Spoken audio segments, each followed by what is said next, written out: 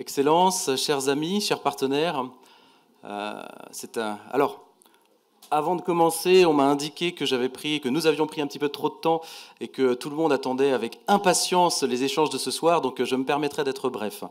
Je voulais tout simplement vous remercier toutes et tous pour avoir choisi d'être parmi nous ce soir sur le campus de l'ESA pour une conférence, une table ronde qui s'annonce d'ores et déjà passionnante avec un titre qui en dit long, à la fois simple et qui appelle à une résolution forcément complexe. Qui dirige le monde? Je ne saurais y répondre, mais j'ai pleinement confiance en nos intervenants de ce soir. Le professeur Karim Bitar, l'un des plus grands experts en sciences politiques, professeur à l'USJ, à Sciences Po Paris, président de Kuluna Irada. Le rédacteur en chef de L'Orient le Jour, M. Anthony Samrani, grand journaliste qui nous apportera également sa vision sur le monde médiatique. Est-ce que les médias, peut-être eux-mêmes, font partie de ceux qui dirigent le monde, même si ce soir nous avons surtout la chance de l'avoir à nos côtés en tant que modérateur. Et puis enfin, et j'ai vraiment besoin de le présenter, Monsieur Pierre Duquesne, l'ambassadeur Pierre Duquesne, qui a œuvré, vous le savez, de longues années pour le Liban, aujourd'hui à la retraite. Vous ne savez pas forcément qu'il a également été de toutes les instances de gouvernance économique de par le monde, qu'il s'agisse de l'IBRD, de la Banque mondiale, des ministères des Finances bien sûr en France et autres. Il a cette vue d'ensemble, cette hauteur de vue sur le monde économique, que l'on pense souvent être celui qui dirige le monde derrière les hommes politiques. Donc il nous éclairera ce soir de sa compréhension des enjeux du monde de demain. En ce qui me concerne, je voulais simplement ajouter que pour l'ESA, ce type d'événement est important, essentiel. Nous avons vocation non seulement à former des managers, des global citizens, comme on aime à les appeler, mais surtout pour nous, des leaders. Des gens qui demain, au sein des entreprises, au sein, pourquoi pas, des instances politiques, administratives, publiques, vont transformer, nous le souhaitons, positivement, le Liban, la région, le monde peut-être. Et pour nous, le modèle pédagogique, le projet pédagogique que nous portons à l'ESA, c'est celui non seulement des compétences techniques, des grands managers, des compétences interculturelles, mais également cette capacité à prendre de la hauteur, cette capacité à lire le monde complexe qui nous entoure et cette capacité à prendre des décisions éclairées. Ce soir, nous allons avancer dans cette direction. Et donc, je vous demanderai un tonnerre d'applaudissements pour nous inviter. Merci à tous et belle soirée.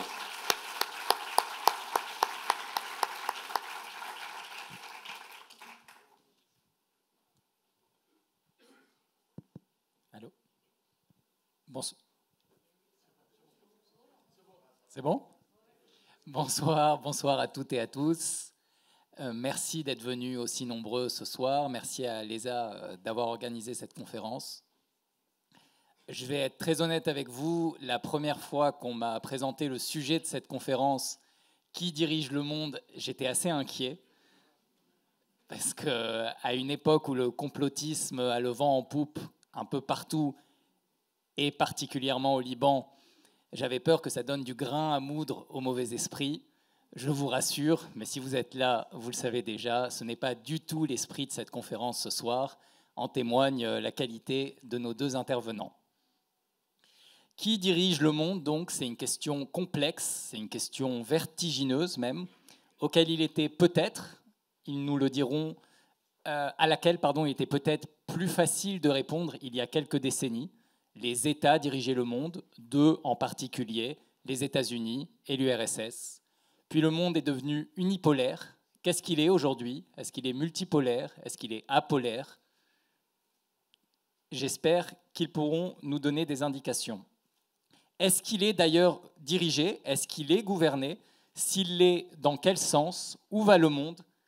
Qui de mieux pour en parler ce soir que nos deux intervenants? Je prends juste quelques secondes pour vous les présenter, si c'est encore nécessaire. Pierre Duquesne, qu'ici on connaît un peu comme Monsieur Liban, monsieur qui a organisé la CEDRE, l'ambassadeur chargé de la coordination pour les aides internationales au Liban. Mais Pierre Duquesne, vous êtes beaucoup plus que ça. Vous avez une très longue carrière. Vous avez été conseiller de Lionel Jospin entre 1997 et 2001 pour les affaires économiques et financières.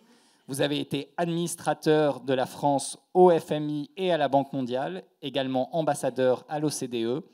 Vous avez organisé entre 2007 et 2023 des conférences de donation pour mobiliser les bailleurs de fonds dans de nombreux pays, en Palestine, en Afghanistan, en Haïti, au Mali, en Tunisie, dans les Balkans et bien entendu au Liban. Karim Émile Bittard a lui aussi un CV qui pourrait en faire rougir plus d'un. Il est professeur de relations internationales et ancien directeur de l'Institut de sciences politiques de l'Université Saint-Joseph de Beyrouth. Il est cofondateur et président de Kulluna Irada. Il est rattaché à plusieurs think tanks et enseigne également à l'École normale supérieure de Lyon. C'est un amoureux des médias, en tout cas c'est un habitué des médias et c'est aussi un amoureux des médias. C'est un excellent client, comme on dit dans le monde médiatique, un homme qui est toujours disponible, toujours profond, toujours précis dans ses réponses. La conférence ce soir va se dérouler de la manière suivante. Nos deux intervenants vont parler 15-20 minutes chacun, vont faire une présentation générale. Puis, si vous me le permettez, je leur poserai quelques questions. J'irai les titiller peut-être un peu. Et ensuite, bien entendu, vous aurez, la parole sera donnée au public. Avant de laisser Pierre Duquesne commencer, j'aimerais juste rappeler quelque chose. Il s'exprime aujourd'hui en son nom et pas au nom du gouvernement français. Donc, merci d'en prendre compte lors de vos questions. Pierre Duquesne, on vous écoute. Merci infiniment. Ce n'est pas pour autant que je vais... C'est pas pour autant que je vais dire des horreurs. Et je vais commencer sur un mode diplomatique par remercier les ministres, les parlementaires, les ambassadeurs qui sont là. J'ai une pensée particulière pour Leila Chaïd, que je salue.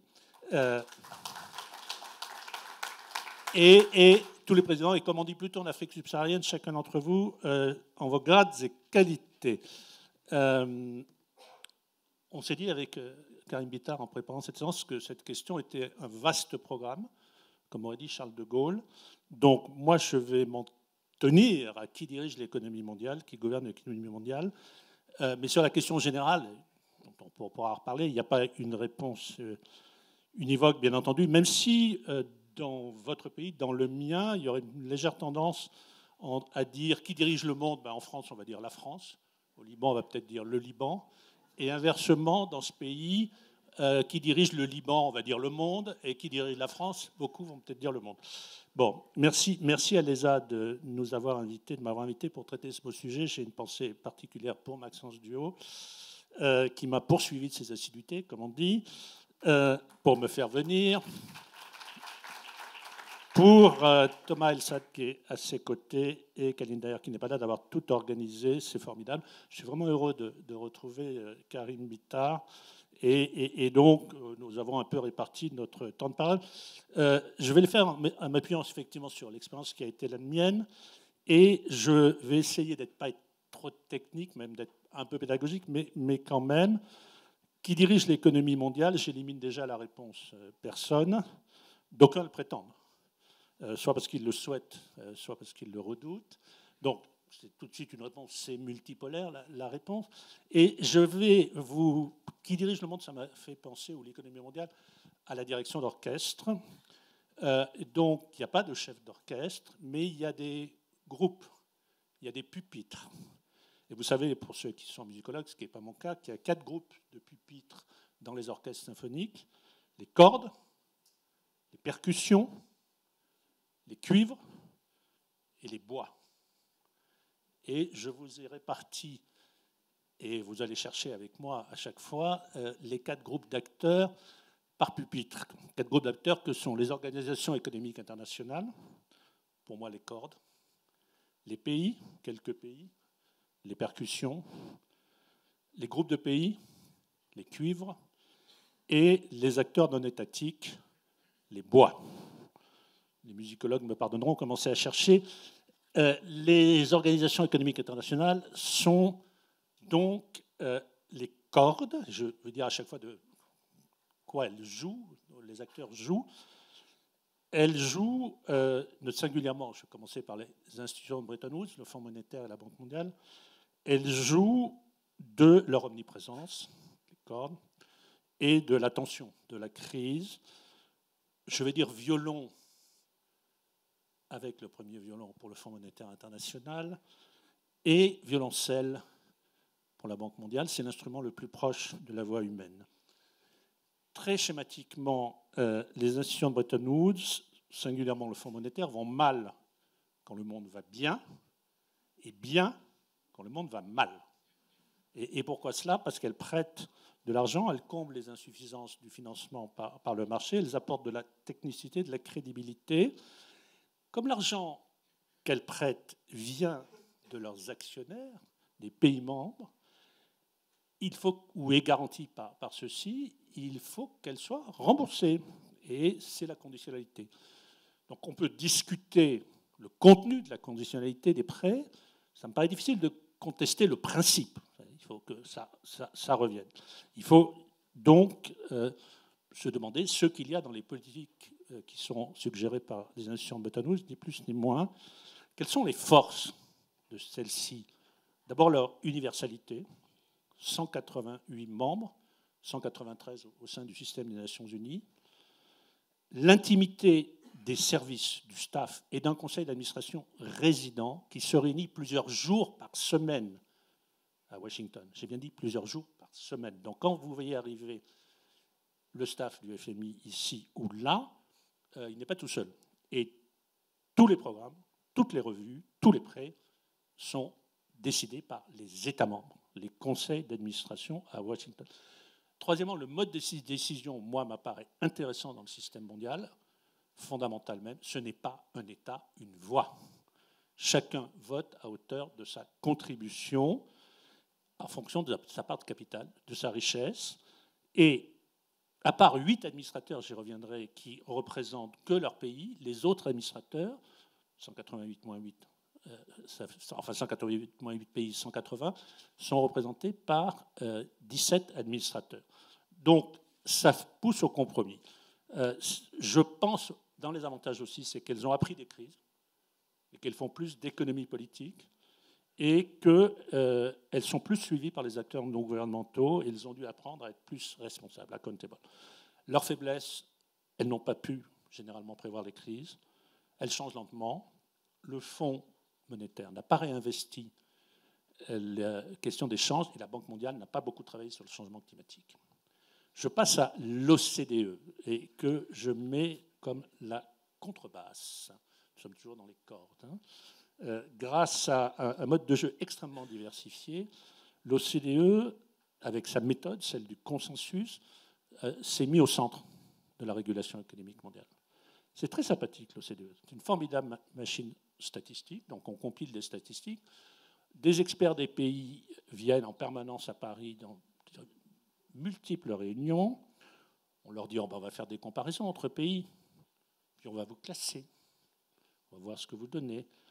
Et puis tiens, finalement, c'est qui est difficile pour le pays concerné, il se retrouve mal classé. Tiens, finalement, pourquoi on n'écrirait pas un peu de droit souple, des principes directeurs, des guidelines? Et puis, on va vérifier que c'est appliqué quand même, ces textes de droit souple. Et name and shame, pour parler français, et ensuite du droit dur. Les sujets sont à différents stades de maturation. Je n'en cite que 2 ou 3. PISA, donc la revue des politiques, du suivi des acquis des élèves, la revue des politiques d'éducation qui a contribué à faire changer les politiques éducatives en France. La fiscalité. Je prétends que sans l'OCDE, on n'aurait pas de taxation minimale des entreprises multinationales. Je prétends que l'OCDE est aujourd'hui l'organisation de la fiscalité internationale. Ou la RSE mondiale, il y a un certain nombre de gens d'entreprises qui sont là, elle est faite à l'OCDE. Pourquoi ça marche? Parce que cette organisation donc, a une méthode qui est mieux adaptée à aujourd'hui, elle saisit les opportunités, elle ne finance rien. Donc qui dit pas de financement, dit pas de conditionnalité. Donc ça a l'air plus sympa. Elle n'est pas dans la gestion de crise. Et puis son discours a plus changé que celui des institutions de Bretton Woods. Elle n'est pas universelle du tout, puisqu'elle comprend que 38 pays développés. Mais en fait, ce chiffre est faux. Elle travaille en permanence avec tout le monde, singulièrement avec les émergents, singulièrement avec la Chine. Quelque part, elle est devenue le secrétariat innommé du G20, je reparlerai du G20, quand le Fonds monétaire était celui du G7. Le GAFI, qu'on connaît dans ce pays, n'est pas l'OCDE, mais c'est les mêmes méthodes, qui commencent sympas et qui sont moins sympas après. Je n'ai pas parlé de l'OMC, qui est totalement bloquée, l'Organisation mondiale du commerce, à cause des États-Unis. À cause des États-Unis. Et ça m'amène à mon deuxième pupitre, qui comprend les pays, les percussions. Bon, les États-Unis, ce n'est pas le pays le plus silencieux sur la scène économique internationale. Vous aurez compris donc que pour moi, c'est la grosse caisse. Ils jouent de l'unilatéralisme. Ils sont la première puissance économique mondiale, le premier contributeur des organisations économiques internationales. Ils ne se désintéressent pas de celle-ci, sauf de l'OMC, qu'ils bloquent, en ne nommant pas des juges pour le système de règlement des différends. C'est bien les États-Unis qui bloquent l'OMC, et on se l'a en tête. Dans les institutions de Bretton Woods, que je connais, ils jouent leur rôle normal. Elles sont à Washington, mais ils discutent avec le staff, discutent avec les autres pays, ne tentent pas d'imposer leur vue, etc. Ils n'ont pas de droit de veto, sauf pour les décisions statutaires. Donc, un programme pays peut être adopté sans eux. Leur erreur stratégique a été d'empêcher encore la Chine d'accroître son poids dans le système jusqu'à devenir ce qu'elle devrait être, deuxième actionnaire du fonds et de la banque. Elle n'est encore que le troisième, derrière le Japon. Ça me mène à celle-ci. Elle rappelle régulièrement son existence. Pour moi, nous sommes toujours en répercussion, le triangle. Elle joue de son ambiguïté entre pays développés et pays en développement. Elle l'en sort parfois, mais pas toujours à son détriment, contrairement à ce qu'on dit. Elle a présidé le G20 en 2016. Elle s'est donc rapprochée de l'OCDE considérablement, alors qu'avant, elle le voyait comme le club des riches uniquement. Elle n'a poussé à la création d'institutions nouvelles, une pour les infrastructures et les investissements, l'autre pour les émergents en général, que parce qu'elle voulait montrer sa mauvaise humeur par rapport au fait qu'on l'a bloquée dans les institutions de Bretton Woods. Elle ne conteste pas l'existence des institutions de Bretton Woods, elle ne conteste pas le système de vote, elle ne demande pas un État une voix, elle demande simplement d'avoir le poids qui correspond à la réalité. Et ça peut se comprendre. Elle est ambiguë sur deux sujets. On pourra en reparler. La dette. Elle ne joue pas les règles du jeu d'un créancier normal quand elle prête à des pays. Et l'aide publique au développement. Même motif, même punition. Je pense que les pays du Sud commencent à voir que son absence de conditionnalité économique et politique n'est pas une totale absence. Je vous prends un troisième pays, il faut en parler, c'est le mien, la France, que je vais appeler la cymbale pour la beauté de l'exercice. Elle joue d'une certaine hétérodoxie. Alors nous ne prétendons pas diriger le monde, enfin peut-être certains en France en rêvent, mais nous exerçons, nous manifestons dans le domaine économique un pouvoir supérieur à notre poids économique réel, qui tient à quelques raisons. Nous croyons aux institutions et nous les défendons contre les critiques, je vais faire bref, de gauche qui disent elles sont dominées par les États-Unis d'Amérique, donc on oublie, ou celles de droite, le marché fonctionne parfaitement, donc pas besoin d'institutions de régulation mondiale. Nous les défendons, donc ça leur plaît plutôt. Nous croyons que l'architecture financière internationale n'est jamais stabilisée. C'est nous qui avons poussé à la création du GAFI, c'est nous qui avons poussé à la création de l'Organisation mondiale du commerce. Nous avons échoué, je laisse ouvert ce point, et c'est pour moi un vrai sujet pour demain, à faire créer l'Organisation internationale de l'environnement qui remplacerait les centaines de conventions sur le sujet, avec chacune son secrétariat, sa conférence des parties et tous les frais qui vont avec. Et puis, fondamentalement, il y a une constance en France dans nos messages. Tous les partis sont pour la régulation économique mondiale. De l'extrême gauche à l'extrême droite, tous les partis sont pour la régulation économique mondiale. Donc, au fil du temps, quels que soient les changements politiques, nous maintenons cette vision. Ça joue. En plus, nous avons des positions institutionnelles, le Club de Paris, la zone franc, l'UE, que sais-je. Et nous estimons, à tort ou à raison, pouvoir être un intermédiaire entre le Nord et le Sud. C'est vrai en matière géopolitique, c'est vrai en matière géoéconomique. Et le dernier point qui est le moins évident, nous avons un droit à l'hétérodoxie. Ça commence de très tôt, mais Valéry Giscard d'Estaing, 64, le privilège exorbitant du dollar. Emmanuel Macron, juin 23, on va faire une réunion pour un pacte pour un nouvel ordre financier mondial. L'ambition ne date pas d'hier. Les États-Unis n'accepteraient jamais cela de l'Allemagne ou des États-Unis. Suivent les cuivres, les groupes de pays, les G d'abord. Ils sont toujours créés en situation de crise, donc ce sont des clairons. Et quand on a le sentiment que les institutions existantes ne fonctionnent pas, ont échoué à prévenir la crise, n'arrivent pas à la traiter, etc., on crée un G. Alors ça a été le cas du G7 après le premier choc pétrolier en 1975, initiative française. Le G20, dont je vais dire un mot, a été créé après la crise asiatique en 1997, et c'est le président de la République française, comme celui de 1975, qui l'a monté au niveau chef d'État et de gouvernement lors de la crise financière mondiale en 2008.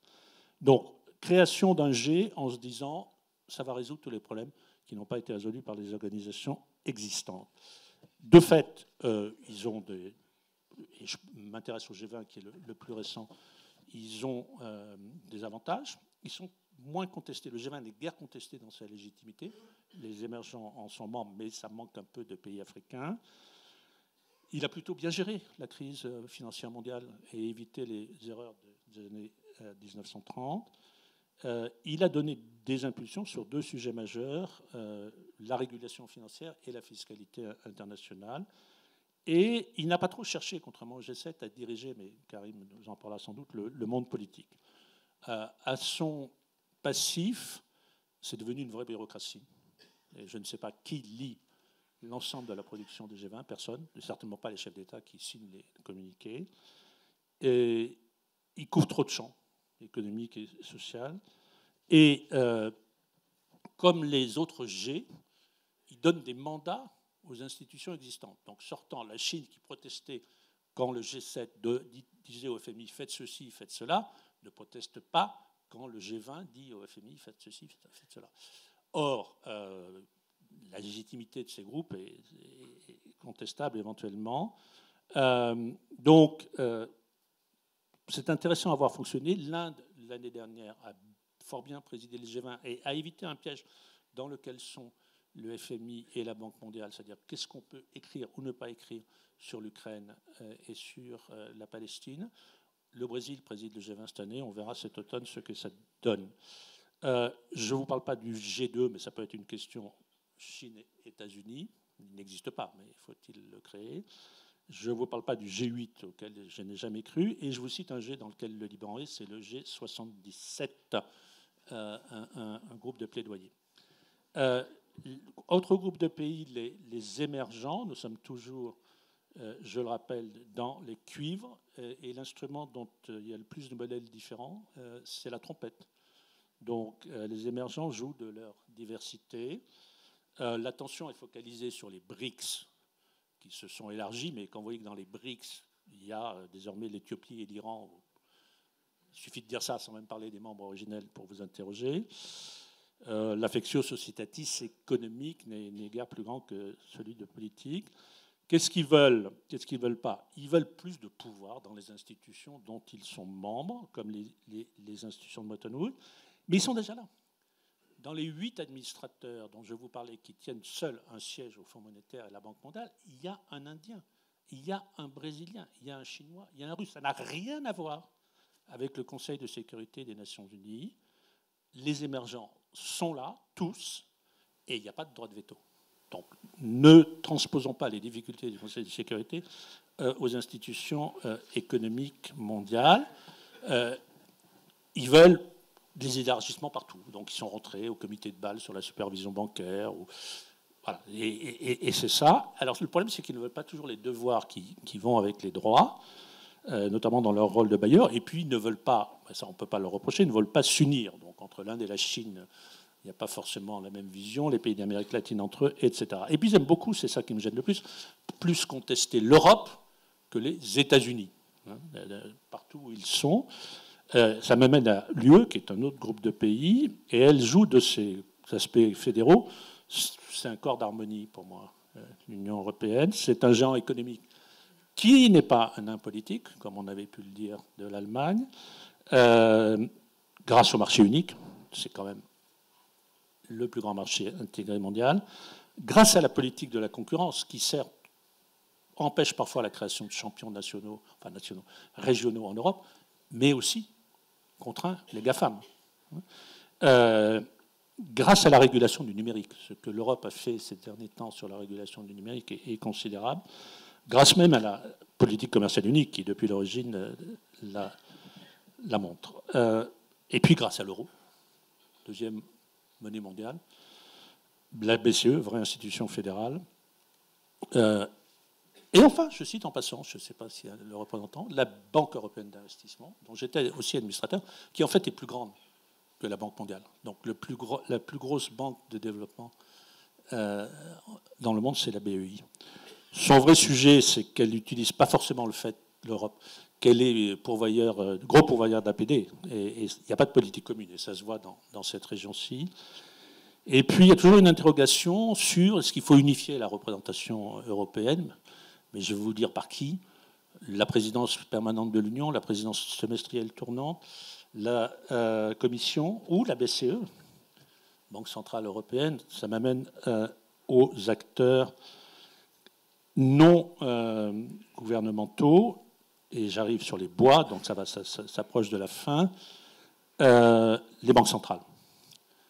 Elles jouent de leur discrétion. Et ce sont bien sûr des flûtes.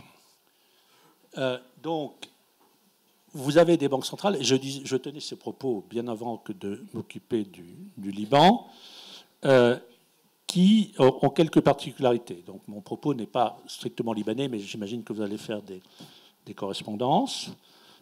Les gouverneurs de banques centrales, par hypothèse, ne rendent pas de compte directement aux citoyens ou ne sont pas susceptibles d'être vivement mis en cause. C'est vrai pour tous les gouverneurs. Ils mêlent technique et politique, ce qui conduit à un langage parfois hermétique, voire double. Ils ont une durée de vie longue et toujours supérieure à celle des ministres économiques et financiers. Ils sont habitués à un langage minimaliste et ils ont un statut pour eux le plus souvent.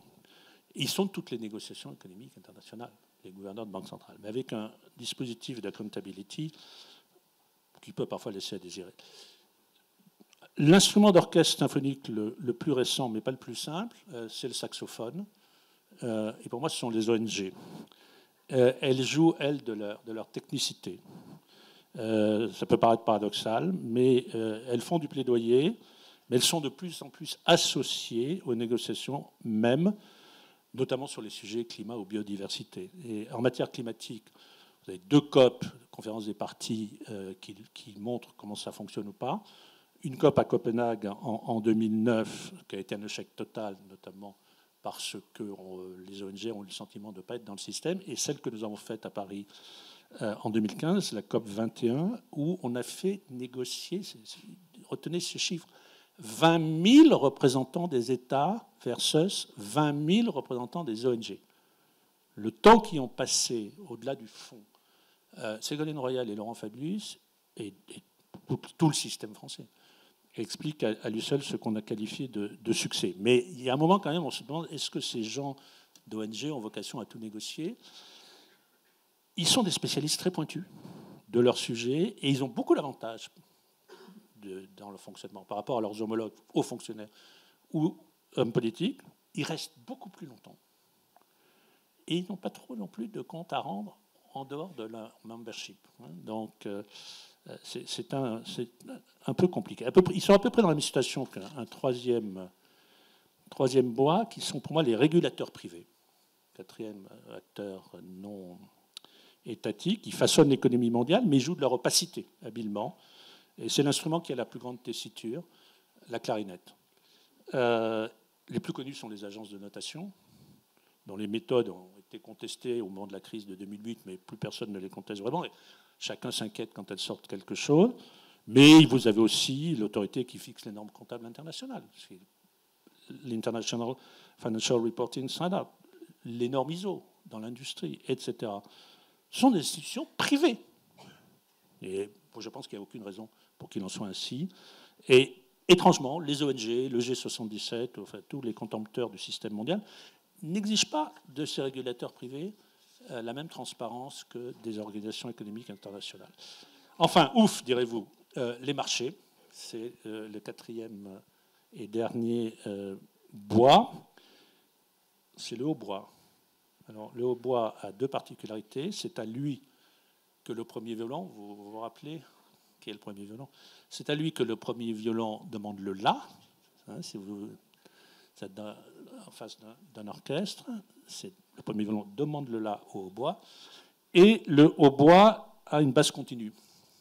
Donc il peut rester. Bon.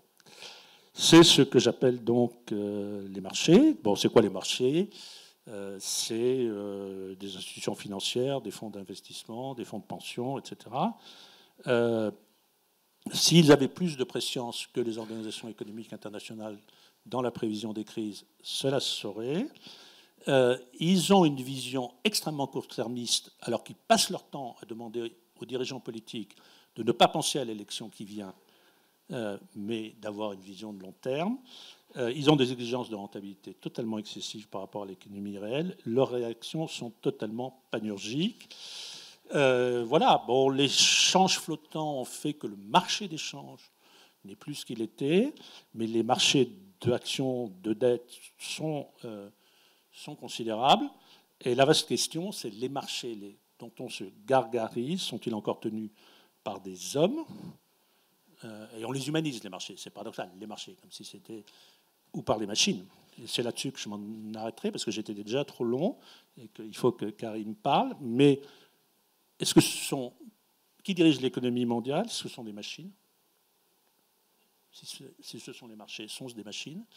Je vous laisse aussi avec cette question éventuelle, comment faire mieux fonctionner le marché de la régulation économique mondiale? Parce que vous avez compris que c'est un marché. Il y a des acteurs différents sur ce marché qu'est celui de la régulation économique mondiale. Je vous ai assommé, mais merci infiniment.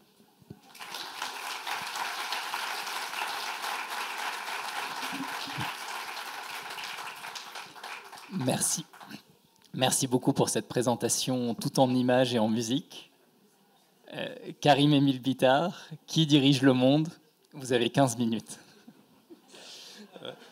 Bonsoir à toutes et à tous. Merci d'être venus si nombreux. Merci à Maxence Duhaut et Thomas Assad de l'ESA d'avoir pris cette initiative. Thomas a trouvé ce titre assez accrocheur qui a permis de remplir l'amphithéâtre. J'espère qu'on ne va pas vous laisser sur votre faim.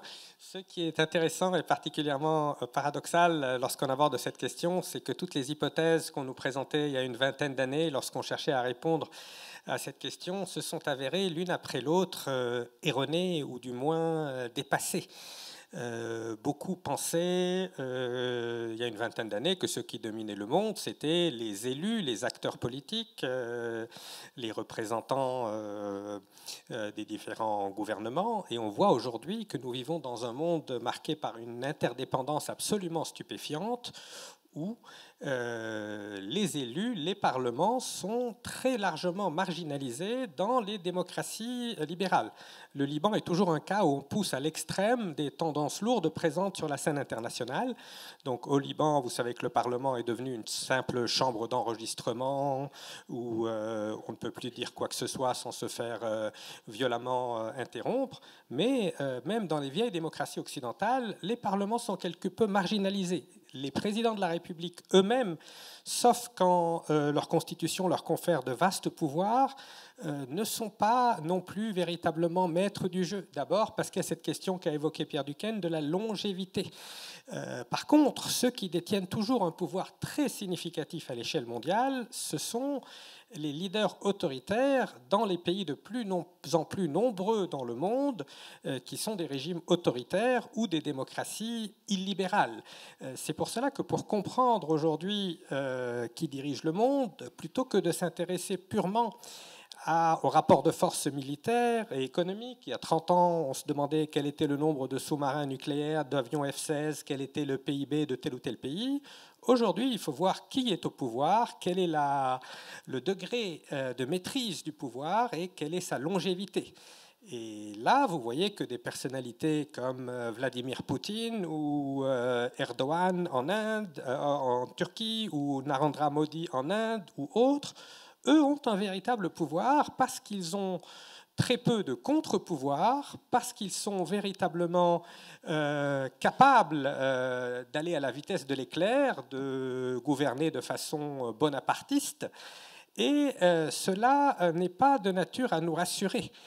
Car ces personnalités qui gouvernent le monde aujourd'hui, il ne faut pas partir du principe que ce sont toujours des acteurs rationnels, qu'ils sont gouvernés uniquement par la volonté de maximiser l'intérêt de leur pays. C'est pour cela qu'à la question « qui dirige le monde ?», il faut plutôt substituer la question « que dirige le monde ?». Et là, on voit qu'on est encore dans un monde où les émotions, les instincts, les passions, la vie privée, les ambitions, les amours peuvent jouer un rôle absolument décisif. Donc, il y a 30 ans, peu importait de savoir qui était au pouvoir dans tel ou tel pays. Aujourd'hui, il y a un tel pouvoir absolu que c'est très important de scruter la psychologie de chacun de ces gouvernants, de se demander si M. Poutine s'est levé du bon poil ce matin ou s'il risque d'empoisonner l'un de ses opposants, si M. Modi va lancer une nouvelle diatribe xénophobe, si Erdogan va emprisonner de nouveaux journalistes. Donc, je crois que les spécialistes des neurosciences, les psychologues, ont beaucoup plus peut-être de réponses à donner à ces questions que les politologues et les économistes. Donc d'un côté, un délitement du pouvoir dans les grandes démocraties libérales, de l'autre côté, un grand nombre de pays gouvernés par le retour d'un nationalisme, d'un autoritarisme, d'un pouvoir personnel assez débridé, et des passions qui s'expriment encore avec force. Il ne faut pas sous-estimer ce facteur-là. On dit souvent que ça remonte à Descartes, c'était l'idée que c'était les passions humaines, les instincts qui peuvent être des bas instincts ou des nobles instincts qui dominent le monde. Et au XXe siècle, le grand économiste John Maynard Keynes avait appliqué ça à l'économie en parlant de « animal spirits ». Et c'est un peu cela aujourd'hui qui explique le comportement de tellement d'acteurs sur la scène internationale, la mégalomanie de tel ou tel dirigeant, la paranoïa d'un autre, en tout cas des êtres humains de chair et de sang qui prennent des décisions qui ne sont pas forcément rationnelles. On est également otage en grande partie du passé. C'est le passé qui y explique les comportements du présent. Et le fondateur de la sociologie, enfin celui qu'en Occident on considère comme le fondateur de la sociologie, Auguste Comte, disait « Les morts gouvernent les vivants ». Et celui qui, dans notre partie du monde, bien avant Auguste Comte, avait également réfléchi à des questions sociologiques, Ibn Khaldoun, réfléchissait également toujours à ce poids du passé. Les gens se battent souvent pour leur mort, pour des figures du passé. Le Liban a encore énormément de mal à se projeter dans la modernité libérale et on est très souvent encore prisonnier de vieux réflexes. On répète les erreurs du passé tous les 10 ou 15 ans. Et là-dessus, je voudrais dire que la première fois que j'ai rencontré Pierre Duquesne, j'ai été avec une très grande appréhension, puisque j'ai reçu un coup de fil à l'époque, c'était Olivier Rey qui dirigeait l'Agence française du développement, on parlait de banque développement, et Olivier Rey me dit, le président Macron envoie un émissaire pour faire une nouvelle conférence d'aide au Liban, ça devait être 2 ans avant la conférence CEDRE, Et je me suis dit, oulala, on a eu Paris 1, Paris 2, Paris 3, on va arriver avec la même approche, on va renflouer notre classe dirigeante, on va demander aucune conditionnalité. Et dès ce premier dîner avec Pierre Duquesne, j'ai vu qu'il avait compris la problématique de cette approche précédente, qu'il avait souhaité insister sur la conditionnalité, sur les réformes et associer les entreprises, le secteur privé, ce qui était indispensable. Ce qui s'est passé par la suite, ce n'est pas de son ressort, mais en tout cas, quand on écrira l'histoire de la crise libanaise dans une vingtaine d'années, je pense qu'on notera qu'un discret diplomate français a consacré des jours et des nuits pour tenter de proposer des pistes de sortie de crise, alors même que malheureusement certains intérêts privés au Liban ont fait feu de tout bois pour torpiller ces initiatives et ces projets de réforme. Et ça nous amène à cette question aussi, qui dirige le monde, parce que je suis sûr que la première question, ça va être qui dirige le Liban. C'est qu'un peu partout dans le monde, il y a des fantasmagories sur le fait qu'il y aurait des obscures figures de l'ombre, des marionnettistes, des forces occultes, des puissances maléfiques qui dirigent le monde. Un historien, Raoul Girardet, avait catégorisé ces forces. Il parlait à l'époque de l'obsession, la conspiration des francs-maçons, des jésuites, des juifs bien évidemment, et de quelques autres. Aujourd'hui, vous pouvez rajouter les Illuminati et toutes sortes de théories qui circulent. Et là aussi, c'est très important dans notre partie du monde de prendre en considération le fait que oui, il peut y avoir des groupes d'intérêt, il peut y avoir des groupes de pression, mais ne pas systématiquement penser qu'il y a des tireurs de ficelles qui ont déjà un plan déterminé et que tout va être en fonction de ce plan. C'est quelque chose qui revient toujours au Liban. Les gens sont persuadés que la guerre du Liban a été planifiée, décidée, qu'il y avait un chef d'orchestre et que tout s'est déroulé conformément à ce plan. Alors que très souvent, ce sont les improvisations, les erreurs des uns et des autres qui expliquent ce qui va se passer. Donc il ne faut pas attribuer à la conspiration ce qui est très souvent de l'ordre de l'amateurisme. Ça, c'est une citation de Michel Rocard qui disait ne jamais attribuer au complot ce que la connerie peut expliquer. Très souvent, c'est l'amateurisme, l'incapacité des uns et des autres qui peuvent conduire. Ça ne veut pas dire qu'il n'y ait pas des groupes d'intérêt qui essayent d'avancer. Mais ce qui est frappant, c'est qu'aujourd'hui, ils se heurtent à leurs limites. Au Liban, le parti le plus puissant, c'est le Hezbollah, le parti de Dieu, mais il ne parvient pas à imposer un président de la République qui lui soit acquis. Sur la scène économique et financière, vous avez ce qu'on peut appeler le parti des intérêts privés, qui, contrairement au parti de Dieu, n'est pas un parti communautaire, mais un parti transcommunautaire. Ils peuvent éventuellement entraver certaines réformes du FMI, mais ils ne parviennent pas non plus à imposer, comme dans le passé, leurs véritables lois. Donc vous avez toujours, à l'échelle libanaise comme à l'échelle internationale, des pressions qui peuvent s'exercer, des groupes qui cherchent à avancer un agenda. Cela ne veut absolument pas dire qu'elles vont réussir à le faire. Les Libanais sont persuadés qu'il y a à l'échelle mondiale un lobby.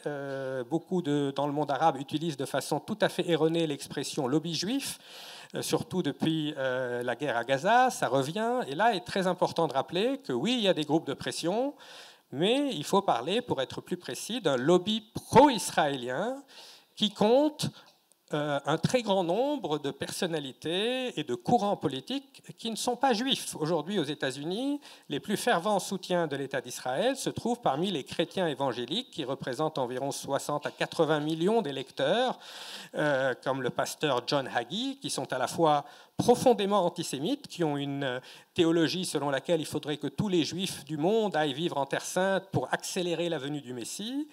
Donc ce lobby qu'on nous qualifiait de lobby juif est composé en très grande partie aux États-Unis de chrétiens évangéliques ou de forces radicales qui soutiennent l'État d'Israël pour de mauvaises raisons, souvent parce qu'ils ont une peur panique ou une haine des autres populations de la région. Et à contrario, au sein de la communauté juive américaine, vous avez de plus en plus de jeunes qui sont les fers de lance du soutien à la question palestinienne. J'ai visité également récemment plusieurs grandes universités américaines et vous voyez à Columbia, bien sûr, mais même dans des universités conservatrices comme Princeton, des mouvements étudiants de protestation contre la guerre à Gaza qui sont souvent menés par des étudiants juifs américains. Donc c'est très significatif. Il n'y a pas de lobby tout-puissant, il y a des groupes d'intérêt qui peuvent façonner les politiques. Le lobby des armes à feu aux États-Unis, le National Rifle Association, est très puissant, les lobbies énergétiques et autres. Ça ne veut pas dire pour autant que ces lobbies contrôlent le monde. Je suis véritablement persuadé que nous en sommes encore à une époque où l'être humain est dirigé par des émotions. Ce sont les émotions qui peuvent conduire le monde. Parfois, elles peuvent être transcendées, sublimées, ça peut donner de vastes mobilisations populaires et entraîner un mouvement vers le mieux, un progrès. Et parfois, c'est très souvent les bas instincts qui prédominent. Le retour de la xénophobie, des préjugés. Les préjugés, on peut dire qu'ils gouvernent le monde.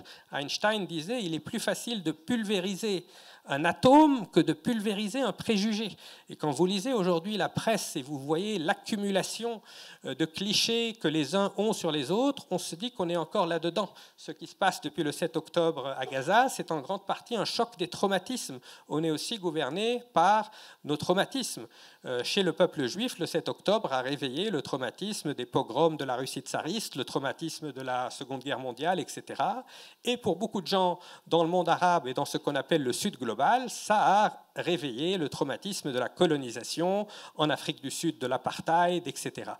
Donc ces passions, ces émotions, ces instincts continuent de diriger le monde. Les gouvernants sont très largement impuissants, ou du moins beaucoup moins puissants qu'ils ne l'étaient il y a 20-30 ans. Il n'y a pas de roi thaumaturge, quand bien même on élirait un président français ou américain qui aurait des qualités intellectuelles et morales exceptionnelles. Sa marge de manœuvre est assez étroite du fait que son mandat est limité, du fait de la présence des contre-pouvoirs. Il faut s'en réjouir, la présence des contre-pouvoirs, mais cela empêche la mise en place de politiques dans la durée, la planification, et c'est précisément ce dont le Liban a souffert. Encore une fois, on pousse jusqu'à la caricature les travers présents à l'échelle mondiale, le culte de la personnalité de certaines figures. À quoi on a assisté au Liban se projette aujourd'hui un peu partout dans le monde. Vous avez non pas un choc de civilisation, un choc entre civilisations, mais des culture wars à l'intérieur de chaque civilisation. Chaque pays est profondément scindé entre libéraux et conservateurs, entre ceux qui souhaitent que la religion joue un rôle important et ceux qui sont plutôt sécularisés. Ce combat-là n'est pas terminé et va continuer d'affecter le Moyen-Orient et le monde entier. Ces culture wars aujourd'hui sont très profondes. Vous avez une grande partie des Américains aujourd'hui, du Parti républicain, qui font plus confiance à Vladimir Poutine qu'à leur propre président Joe Biden. Il y a un ressentiment contre les présidents français, britanniques, qui incarnent très souvent la colère, qui servent d'exutoire de la colère populaire, et certains vont jusqu'à dire que ce ne sont que des présidents fantoches qui sont entre les mains de puissances occultes. Mais là aussi, Pierre a décrit les mécanismes internationaux. Il ne faut pas penser non plus que les chefs d'entreprise détiennent un pouvoir qui soit aussi important qu'on le pense. L'un de mes premiers emplois, j'avais travaillé dans les années 2000 pendant 5 ans au sein du groupe Vivendi Universal, Canal+, qui était à l'époque dirigé par Jean-Marie Messier, qu'on appelait J6M, c'est-à-dire Jean-Marie Messier et moi-même, maître du monde. Il y avait une part de mégalomanie, il était persuadé d'être le maître du monde. Il a suffi, dès lors qu'il a acheté Universal Studios, que les Américains ont senti qu'il touchait un secteur culturel tout aussi important que le secteur militaire, pour que très vite, il finisse par être victime de son hubris et par voir son empire s'écrouler. Donc aujourd'hui, vous avez le rôle des GAFAM qu'il ne faut pas négliger. Google, Apple, Facebook, Amazon, Microsoft jouent un rôle très important. Des personnalités excentriques comme Elon Musk ou Jeff Bezos jouent un rôle sur la scène internationale beaucoup plus significatif que celui d'énormément de chefs d'État. D'ailleurs, je crois que le chiffre d'affaires d'un seul de ces groupes dépasserait le PIB réuni des 90 pays les plus pauvres de la planète. Vous ajoutez à cela l'intelligence artificielle à laquelle Pierre a fait allusion.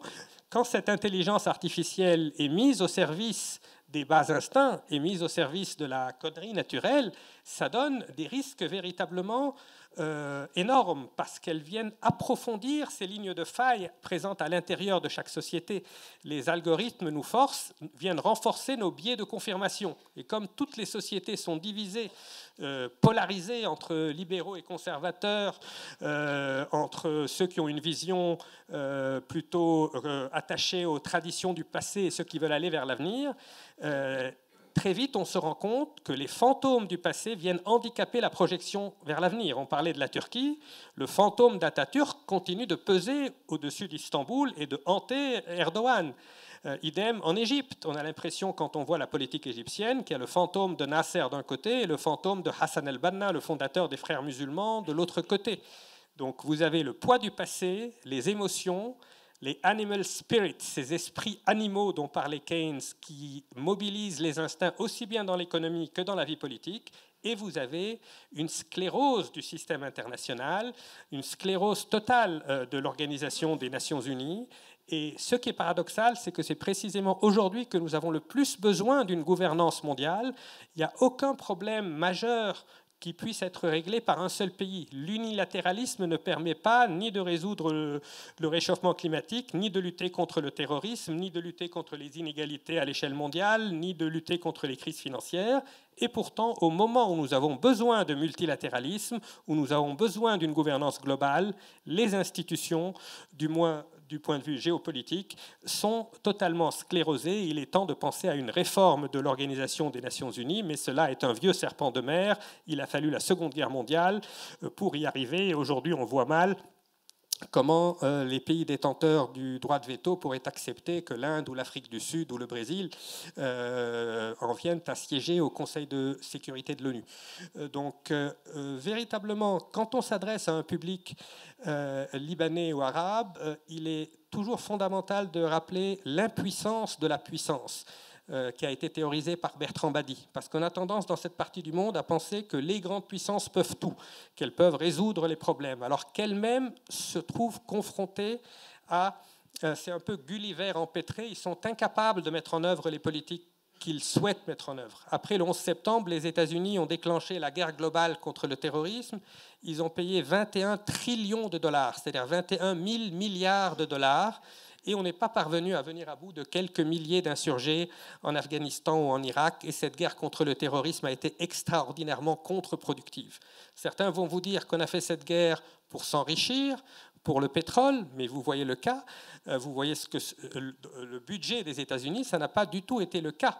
Ces guerres sont venues, au contraire, approfondir considérablement le déficit budgétaire et plus tard la dette. Ça ne veut pas dire qu'il n'y a pas des entreprises privées qui ont profité de cette guerre d'Irak. Je pense à Halliburton ou Dick Cheney siégé. Donc oui, il y a des forces économiques, oui, il y a des intérêts privés qui cherchent à profiter des crises, mais la tendance lourde, c'est plutôt celle de l'impuissance de la puissance, c'est plutôt celle d'un monde complètement déboussolé, désorienté, un navire sans capitaine, un moteur sans essence, et c'est cela qui est le plus tragique.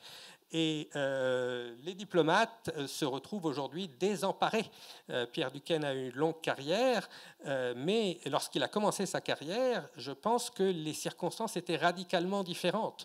Aujourd'hui, les diplomates se retrouvent véritablement confrontés à des obstacles parfois insurmontables en raison de la psychologie des dirigeants, en raison du retour des tensions, de cette revanche des passions. Ça, c'était le titre d'un livre de Pierre Asner. On avait eu, Anthony l'a rappelé, une période où tout était clair. Vous aviez un affrontement bloc contre bloc, Union soviétique, États-Unis. Vous avez ensuite eu le moment unipolaire entre 1989 et 2001 ou 2003, où la puissance américaine était quasiment la seule puissance dominante. On parlait d'hyperpuissance américaine. Aujourd'hui, nous vivons dans un monde où les cartes sont en train d'être rebattues à la vitesse grand V. C'est pour cela que des petits pays, s'ils ont une diplomatie active, dynamique, ambitieuse, peuvent jouer dans la cour des grands. Ils ont parfois tenté, avec plus ou moins de succès. On pense au Qatar, faisant le médiateur par-ci par-là. On pense à d'autres pays de la région. Mais en tout cas, ce qui est significatif du point de vue géopolitique, c'est que vous n'avez plus d'alignement. Vous avez au contraire une multipolarité compétitive. Le même pays peut être considéré comme un allié des États-Unis, mais lorsque les États-Unis vont lui chercher noise sur son respect des droits de l'homme ou sur quoi que ce soit d'autre, il ne va pas hésiter à aller flirter avec Vladimir Poutine ou avec d'autres pays pour montrer qu'il est possible de changer de camp.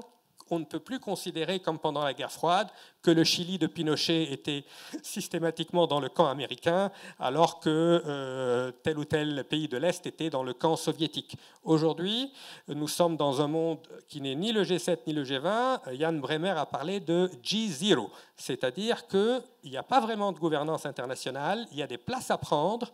Et malheureusement, les pays qui devraient jouer un rôle, le Liban a beaucoup plus de soft power qu'on ne le pense.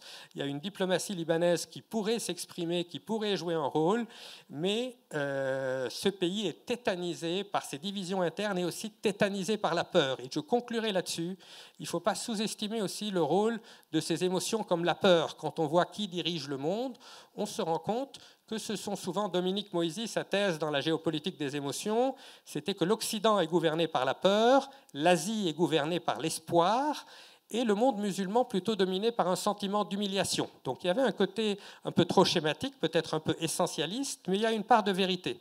Et c'est un peu le cas également au Liban. Vous regardez les positionnements politiques des différentes communautés, vous vous rendez compte que souvent c'est la peur qui les empêche de se projeter vers l'avenir. L'angoisse de perdre des privilèges supposés, l'angoisse de voir leurs prérogatives bouffées par d'autres communautés, et la peur est une très mauvaise conseillère. Le problème, c'est que cette mondialisation, cette accélération des échanges a créé énormément d'angoisse à l'échelle internationale. La mondialisation a profité à une petite élite en Occident, à 5% des élites mondialisées. Elle a profité à des centaines de millions de Chinois et d'Indiens qui sont sortis de la pauvreté. Mais les grands perdants de la mondialisation, ça a été les classes moyennes aux États-Unis et en Europe qui ont vu leur pouvoir d'achat stagner. Et ces gens-là sont mobilisés par la peur, par l'angoisse de voir d'autres se substituer, leur prendre leur place. Donc, plutôt que de penser systématiquement à quelles sont les forces occultes, les puissances maléfiques qui gouvernent le monde, ce serait intéressant de voir en chacun de nous quelles sont nos émotions positives ou négatives qui nous amènent à réagir, à commettre parfois des erreurs et parfois au contraire à nous sublimer pour essayer de, à travers un effort collectif, d'améliorer un tant soit peu cette gouvernance mondiale. Merci Anthony.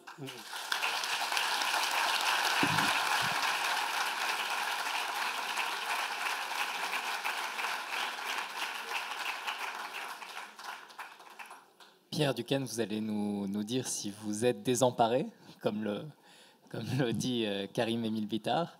Est-ce que vous partagez ce constat de l'impuissance de la puissance? Est-ce que vous avez le sentiment, vous qui avez côtoyé les plus grandes organisations, les grands de ce monde, est-ce que vous avez le sentiment que leur marge de manœuvre s'est réduite au fil du temps, qu'ils sont peut-être de plus en plus enclins à diriger via leurs émotions, via leurs peurs, via leurs angoisses, comme l'a présenté Karim? Je pense que les organisations internationales, singulièrement dans le champ politique, vous l'aurez compris, ont toujours eu des difficultés à fonctionner. Ce n'est pas d'aujourd'hui, et d'ailleurs Karim le disait, vieux serpent de mer, que le Conseil de sécurité des Nations Unies ne marche pas. Le veto était utilisé ad nauseam par l'Union soviétique du temps de la guerre froide. Donc ce système porte effectivement en lui-même son dysfonctionnement. Donc, est-ce que les Nations Unies étaient merveilleusement efficaces dans les années 60-70 et aujourd'hui totalement inefficaces? Je crains que malheureusement, sur l'ensemble de la période, on peut avoir des interrogations. Pour ce qui concerne les organisations économiques, il y a eu des moments différents, si vous voulez.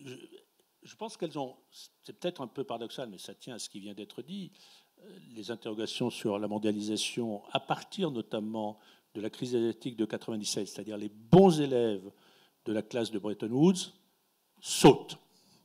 La Thaïlande, Singapour, l'Indonésie, la Malaisie, tout le monde, la Corée du Sud, tout le monde saute. Alors tout d'un coup, là, grande interrogation, à quoi ça sert d'avoir respecté les prescriptions des institutions de Bretton Woods si c'est pour se retrouver en crise financière? Tout le monde l'a oublié, mais à l'été 97, on pense qu'il va y avoir une crise financière mondiale, que les dominos asiatiques vont faire tomber le reste du monde.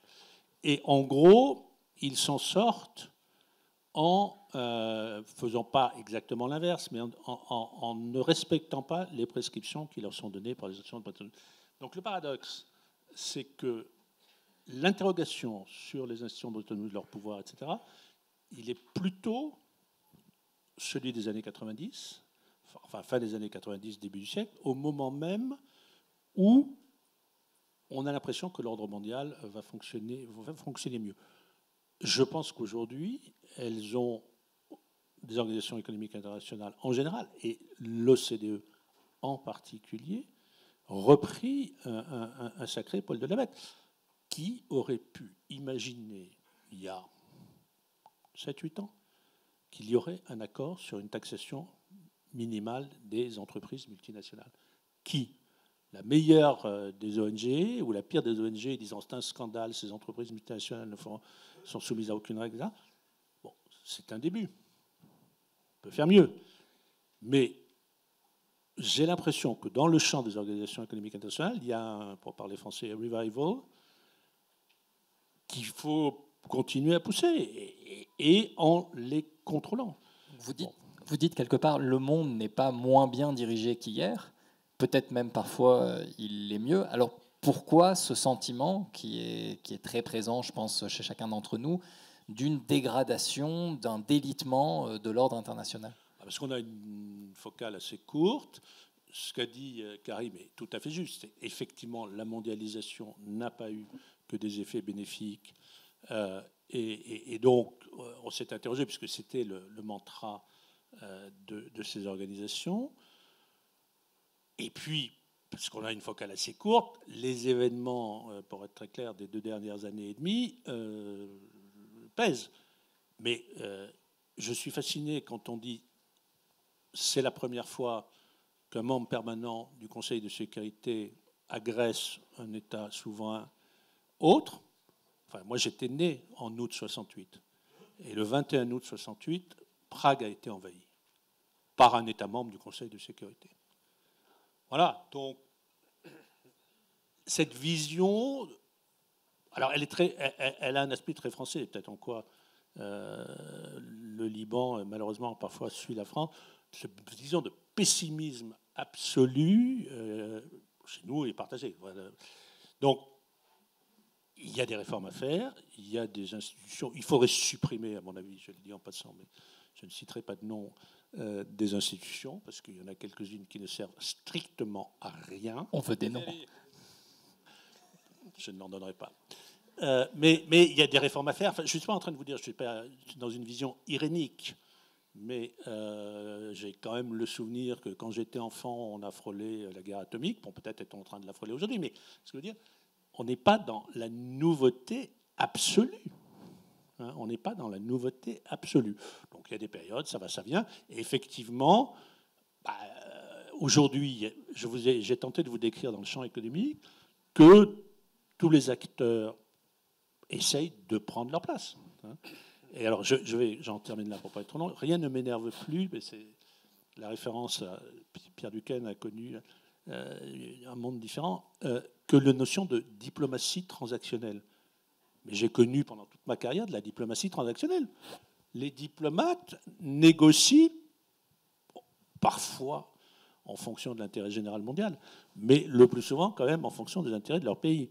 Donc cette idée que tout d'un coup il y a des gens qui disent ah ben on négocie, et donc si je donne tu me donnes, c'est depuis toujours. Donc voilà, le travail que j'ai pu faire sur le Liban a montré à un certain nombre de gens qui sont dans la salle et à d'autres que j'étais plutôt d'un naturel optimiste, donc je ne voudrais pas passer pour un naïf, mais il n'y a pas une situation blanche, formidable, tout marchait très bien, et puis d'un coup, rien ne marche. Je vous redonne l'exemple fiscal qui, pour moi, est majeur. Il y avait peut-être un espoir, peut-être Karim peut rebondir là-dessus, il y avait peut-être un espoir à la chute du mur de construire un autre ordre international fondé sur les institutions, fondé sur le libéralisme, et cet espoir est un peu déçu aujourd'hui. Oui, absolument. Il y a eu une parenthèse enchantée entre 89 et 2003. C'était l'époque des accords d'Oslo au Moyen-Orient, même si je suis de ceux qui pensent que c'était un marché de dupes et que c'était voué à l'échec dès le départ. Il y a eu la libération de Nelson Mandela, la chute de l'apartheid. Il y a eu les grands sommets des Nations Unies sur les droits des femmes qui se sont déroulés au Brésil, en Afrique du Sud et ailleurs, sur l'environnement. Donc c'était une période où on a cru qu'on allait construire un ordre nouveau.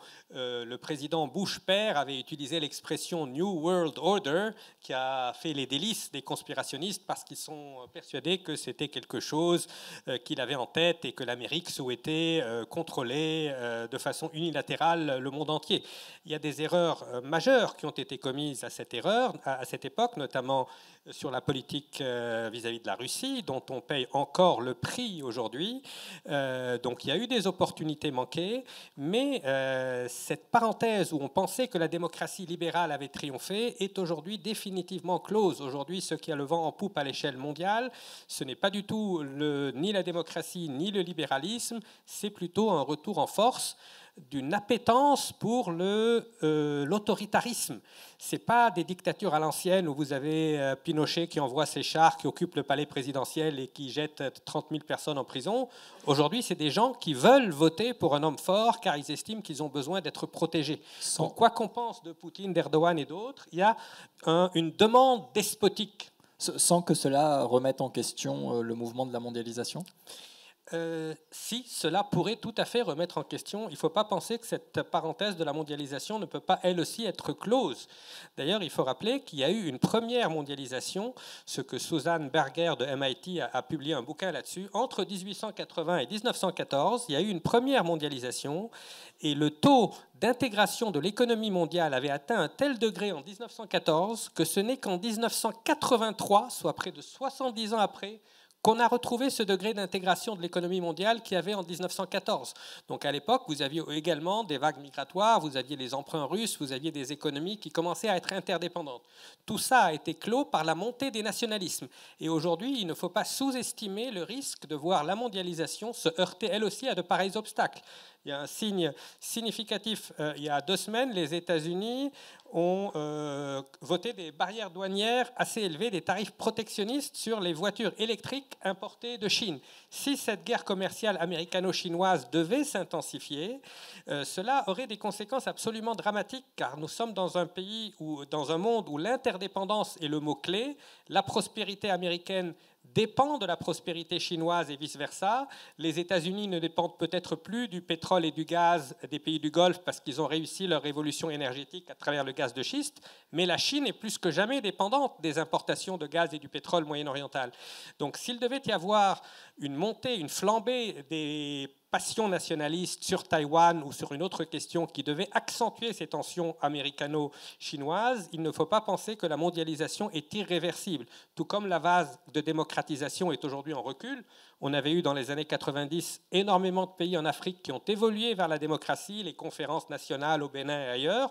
Aujourd'hui, on a une succession de coups d'État et le monde entier est en train de retomber. Il y a une chape de plomb qui est en train de s'abattre un peu partout. Dans le monde arabe, les contre-révolutions ont triomphé systématiquement partout. Il restait la Tunisie et le Soudan, 2 contre-exemples. Depuis 6 mois, 1 an, la Tunisie est revenue à une dictature pire que celle de Ben Ali. Et au Soudan, les militaires ont évincé les civils du gouvernement conjoint.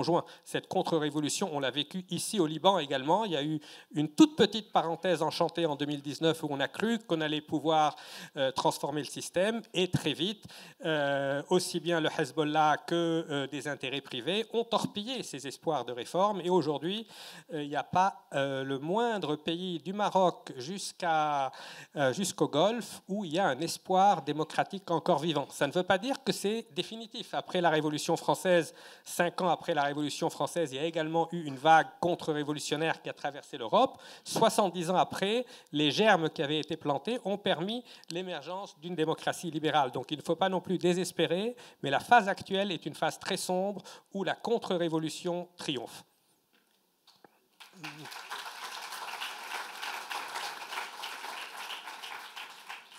Pierre Duquesne, quand les percussions jouent de façon très bruyante et désordonnée, comment les autres instruments font pour se faire entendre ? La question est un peu large. Les autres instruments, les percussions, donc dans mon exemple, ce sont tel ou tel pays, hein, je le rappelle. Les autres instruments, il y a quand même des institutions. Je vais prendre un exemple, les États-Unis d'Amérique. Lorsque j'arrive à Washington pour y exercer la fonction d'administrateur, en 2001, un peu avant le 11 septembre, le dernier truc à la mode aux États-Unis, dans la pensée économique américaine, c'était il faut supprimer, je ne rigole pas, hein, il faut supprimer le Fonds monétaire et la Banque mondiale. Ce n'était pas des ONG qui disaient cela, ce n'était pas la Chine, c'était les États-Unis d'Amérique. Administration républicaine, pas trumpiste. Pourquoi cela? Parce que c'est la prime aux défaillants.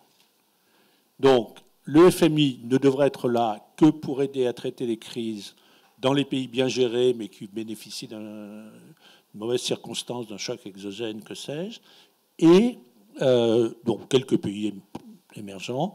Et la Banque mondiale devrait arrêter de faire des prêts à ces pays en développement qui ne servent à rien. La charité publique, à la rigueur, donc du don aux pays les plus pauvres. Voilà. Donc cette contestation fondamentale emmenée par les think tanks américains, l'administration américaine commençait à y céder, demander des rapports. Elle ne venait pas je le répète, des contestataires du système. Elle venait de ce qu'on pourrait appeler le premier bénéficiaire. Bon. D'aucuns l'appelleraient la grosse caisse. Bon. Donc, les institutions ont résisté aux percussions. Et je vais dire une chose qui n'a strictement rien à voir, mais je vois mon épouse qui est devant moi, notre arrivée à Washington, et je veux dire en passant dans cette audience qu'elle m'a soutenu, non pas supporté, soutenu dans toutes ses aventures, y compris la dernière, c'est-à-dire le Liban. Mais donc voilà,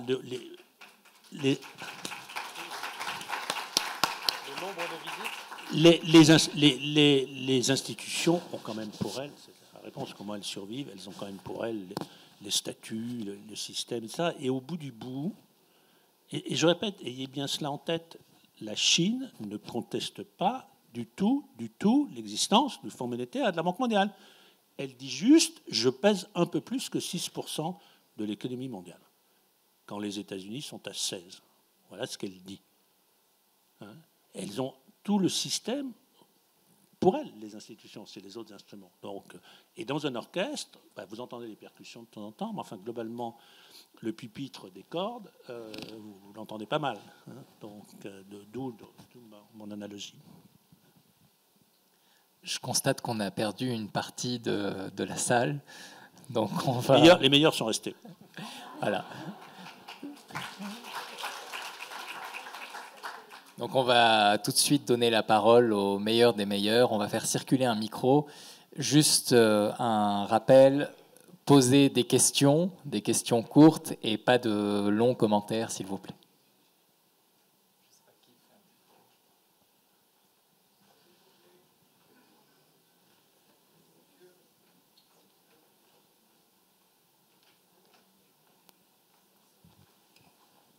Merci. J'ai une question pour M. Duquesne.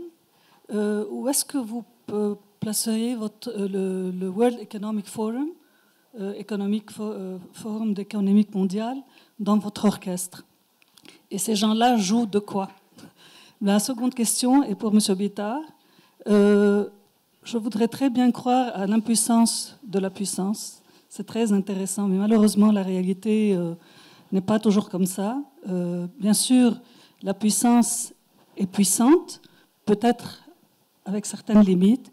Et là, je voudrais avoir votre opinion sur la crise Covid, que certains considèrent comme pandémie, d'autres pandémie, mais qui a démontré que les groupes d'intérêt puissants peuvent vraiment influencer le monde entier dans une période de crise. Merci. Ma réponse sera ultra brève. Dans les acteurs non étatiques, il y en a quantité d'autres. Bon, c'est un club, mais de chefs d'entreprise. Il a effectivement contribué à diffuser la vulgate libérale, libre-échangiste, etc. Il a essayé de changer de thèse depuis la crise de 2008. En gros, je pense que les gens qui y vont... Enfin, j'avais entendu parler Jacques Attali là-dessus. Ils vont essentiellement, non pas pour écouter dans des salles, mais pour rencontrer leurs homologues. Ça leur évite 15 voyages d'aller à Davos. Voilà. Donc, est-ce que ça influence, votre question est, est-ce que ça influence plus que cela l'économie mondiale? Oui, sans doute. Alors, il faut faire un peu de personnel pour retenir l'attrition, éviter l'attrition. J'avais proposé à Lionel Jospin, quand j'étais son conseiller économique, d'aller à Davos, parce qu'on ne peut pas dire que la vision ultra sympathique. La gauche arrive au pouvoir en juin 1997 dans des circonstances qui font qu'il y a des interrogations. Et il m'a dit jamais. Donc il n'y est pas allé. Moi, je voudrais un peu confirmer ça. J'avais également des idées préconçues sur le Forum économique mondial. On parlait beaucoup de ce monsieur Klaus Schwab, l'Allemand, qui a fondé le World Economic Forum et qui va passer la main d'ailleurs dans 2 ou 3 semaines sur un nouveau président. Donc j'ai été le voir en 2003, je l'ai interviewé longuement et j'ai trouvé un universitaire allemand très discret. Il est souvent décrit comme le temple de l'ultralibéralisme, et j'ai senti chez lui quand même une sensibilité à la question sociale. Donc quand on parle de néolibéralisme, c'est assez paradoxal parce qu'au Liban, quelqu'un comme Klaus Schwab, avec tous ses défauts, certains le qualifieraient, l'association des banques le classerait parmi les bolcheviks peut-être, parce que c'est quelqu'un qui essaye de mettre un certain nombre de critères. Il a introduit le Liban dans les classements de la Banque mondiale, qui sont faits avec l'économiste Jeffrey Sachs, qui est un économiste qui est plutôt radical, très critique des politiques extérieures des États-Unis, mais ils ont fait un index de la compétitivité. Ils mesurent la compétitivité de tous les pays sur des tas de secteurs. Donc le Forum économique mondial joue un rôle qui est souvent exagéré. C'est un forum de rencontres, de débats. Il y a une orientation essentiellement libérale, mais encore une fois, quand on voit ce qui se passe au Liban, on se dit que ce n'est pas aussi caricatural qu'on pourrait le penser. Votre deuxième question est intéressante sur la pandémie. La pandémie a fait ressurgir ces peurs, ces angoisses un peu partout dans le monde. Et en effet, il y a des groupes d'intérêt, l'industrie pharmaceutique qui a joué un rôle significatif, tout comme le complexe militaro-industriel avait énormément profité des invasions de l'Afghanistan et de l'Irak.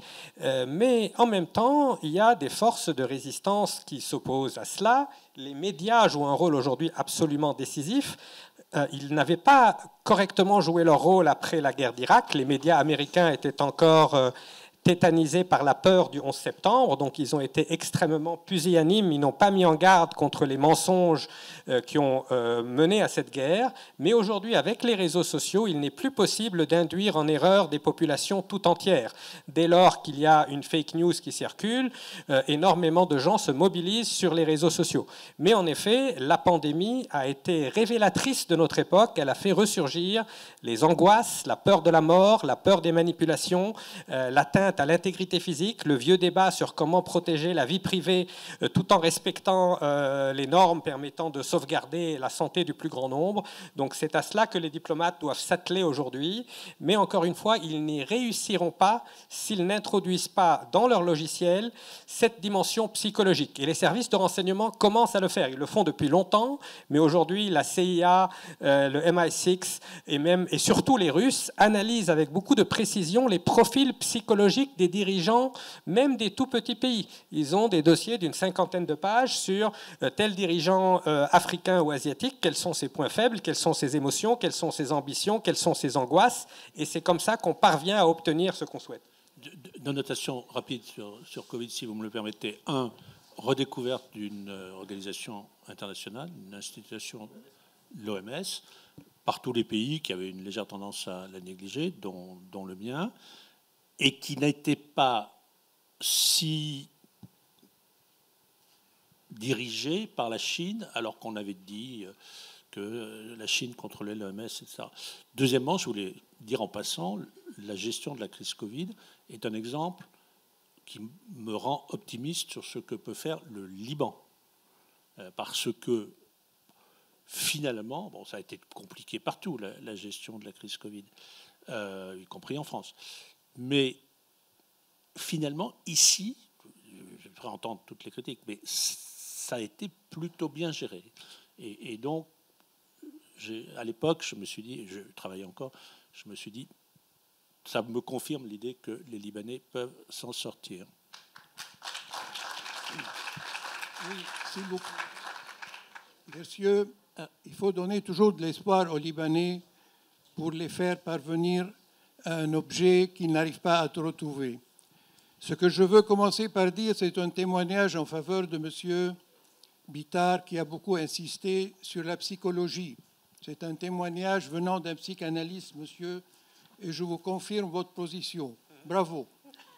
On parle, vous avez parlé, monsieur, des institutions. Bien sûr, c'est un ensemble, c'est un concept, mais les grandes forces, si on peut dire, qui agissent ou qui gouvernent, qui dirigent le monde, le capital, la force et les passions. Monsieur Bittard, les passions, dans les passions, on met le fanatisme, bien entendu, et tout ça, ce sont des personnes. Qu'est-ce qui fait maintenant que tout le monde attend qui va gouverner l'Amérique? Les personnalités de chaque président vont jouer énormément, mais sûrement l'Amérique reste toujours la puissance. Et je vais vous donner ce qu'a dit M. Petraeus, que vous connaissez, David Petraeus, à qui on demandait est-ce que l'Amérique va quitter le Moyen-Orient. Il leur dit c'est comme si la famille Al Capone va quitter la mafia. Alors, vous comprenez, et j'insiste sur les côtés psychologiques et la personnalité de chaque gouvernant qui peut changer la gouvernance. Merci. On vous écoute, monsieur. Madame a posé la question sur le World Economic Forum et moi je pose la question sur la réunion de sécurité qu'il y a à Munich. C'est là où le groupe de Bilderberg, où vous les placez. La deuxième chose, c'est que vous avez beaucoup parlé d'économie, mais où se trouve le politique, les médias, le juridique? Trois autres pouvoirs qui existent quand même. Ensuite, est-ce que le Sud global ou les BRICS pourront un jour être des acteurs qui rentrent dans ce contexte-là? Puis, M. Duquesne, vous avez comparé le tout à des pupitres d'un orchestre. Mais pour que l'orchestre soit harmonieux, il faut un chef d'orchestre. Sinon, ça devient une musique discordante et chaotique, comme le monde aujourd'hui, parce qu'il perd ses valeurs et sa morale. Merci. Je vais faire bref, mais la répartition des présentations, c'était effectivement, je me consacrais sur les sujets économiques, géoéconomiques, et Karim sur les sujets politiques, géopolitiques. Donc c'est pour ça que je n'ai pas parlé, mais je vous réponds simplement sur deux points. BRICS, bon, je vous ai dit en passant, enfin, je sais pas, il faudrait rajouter toutes les lettres là, donc ça va être un acronyme infernal. Je crois que c'est une concertation intelligente dont la Chine tente de prendre le leadership. Je n'ai pas l'impression que les autres se laisseront faire. Et vous aurez remarqué, ça tient, et c'est là que Karim a raison, au président qui a été élu, que l'Argentine, après avoir dit oui, a refusé d'y entrer. Donc BRICS, voilà, c'est une concertation. Idem pour les deux autres choses qui n'ont rien à voir, mais le groupe de Bilderberg, c'est une concertation qui mêlait des chefs d'entreprise, qui mêle des hauts fonctionnaires à la retraite, etc. Et la Munich, c'est une conférence annuelle où les gens vont pour voir les autres. Et j'en termine par un point plus important, mais sur quoi on peut être en désaccord. Je ne crois pas qu'il y ait un Sud global qu'il conviendrait d'opposer au Nord global. D'abord, au Nord, tout le monde n'est pas exactement sur la même ligne. et je vous l'ai dit, pour ce qui concerne le champ économique et financier, pour nous, par exemple, on ne pense pas la même chose que les États-Unis. Et le Sud global, je vous dis, bon, il y a sur les affaires les deux crises lourdes géopolitiques, des alliances, mais pas totales. Hein. Vous regardez les votes aux Nations Unies sur la crise ukrainienne, et il n'y a pas eu un Sud global contre un Nord global. Donc, c'est un peu, mais ça me fait la transition pour laisser la parole à Karim, c'est un peu, mais ça marche, une invention de journaliste. Je dis ça et en présence de mon voisin et en ayant une pensée pour mon père qui est mort l'été dernier et qui était un grand journaliste. Ah oui. Voilà. C'est précisément ça que je souhaitais dire. D'abord, puisque Pierre Duquesne évoque son père, ce n'est que lorsque son père est décédé que le puzzle s'est un peu constitué chez moi, parce que je ne savais pas, j'avais rencontré Pierre Duquesne une trentaine de fois, je ne savais pas que c'était le fils de Jacques Duquesne, l'auteur de tellement d'ouvrages importants sur le christianisme, sur l'Église, sur la modernité, sur mai 68, etc., que je lisais depuis très très longtemps. Et cela m'a donné une clé de lecture du comportement qui avait été celui de Pierre Duquesne sur la Palestine et sur le Liban. Mais sur la question, pour répondre aux questions intéressantes de Cheikh Malek, je suis tout à fait sur la même ligne en ce qui concerne le BRICS et le Sud global. D'ailleurs, ce n'est pas une invention de journaliste, c'est une invention, le BRICS, c'est une invention de Jim O'Neill qui était à Goldman Sachs. Qui était de Goldman Sachs, oui. Mais il y a une tendance au Liban et au Moyen-Orient à avoir une vision très romantique de ce Sud global en pensant que ça va nous offrir une émancipation face à l'hégémonie américaine. D'abord, il n'y a pas du tout d'uniformité. Le BRICS est fait de briques et de brocs. Le Sud global n'est pas entièrement à l'image de la nation arc-en-ciel, l'Afrique du Sud de Nelson Mandela. Dans ce Sud global, vous aviez M. Bolsonaro au Brésil qui n'a perdu qu'à 1 ou 2%. Vous avez Narendra Modi en Inde qui est une idéologie quasi identique à celle de Netanyahou, un exclusivisme religieux, un nationalisme ethnique. Et dans ce qu'on appelle l'Occident collectif, il y a des pays, l'Espagne, l'Irlande. En Écosse, il y a un très fort sentiment pro-palestinien. La Slovénie, peut-être bientôt, on l'espère, la France, qui feront entendre un son de cloche différent de celui de l'Occident collectif. Ce qui a fait la force de la diplomatie française à l'époque du général de Gaulle et aussi en 2003, c'est précisément que tout en faisant partie de la famille occidentale, elle a réussi à s'en distinguer, à faire entendre un son de cloche discordant. De Gaulle avait fait un discours à Phnom Penh condamnant la guerre du Vietnam. Le discours de Dominique de Villepin à l'ONU avait renforcé considérablement le soft power de la France. Donc aujourd'hui, le clivage, ce n'est pas entre un Occident collectif et un Sud global, ce n'est pas entre islam et chrétienté, c'est à l'intérieur de chaque société. Beaucoup de Libanais ont été contaminés par cette idée du choc des civilisations. Ils devraient aujourd'hui revoir leurs idées préconçues là-dessus, car même Huntington avait écrit noir sur blanc dans son livre « Si ma thèse est avérée, il n'y aura jamais de guerre entre la Russie et l'Ukraine ». Aujourd'hui, on voit que cette guerre entre la Russie et l'Ukraine vient confirmer ce que nous savions depuis une vingtaine d'années, que la plupart des conflits qui ont eu lieu après la publication du livre de Huntington ont eu lieu à l'intérieur d'une même sphère civilisationnelle. Et aujourd'hui, c'est à l'intérieur de chaque pays qu'il y a des clivages extrêmement profonds.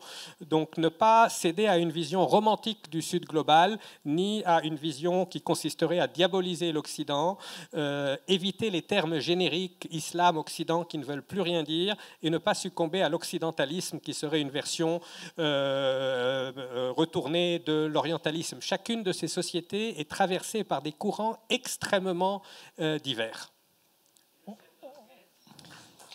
Le chef d'orchestre de quoi?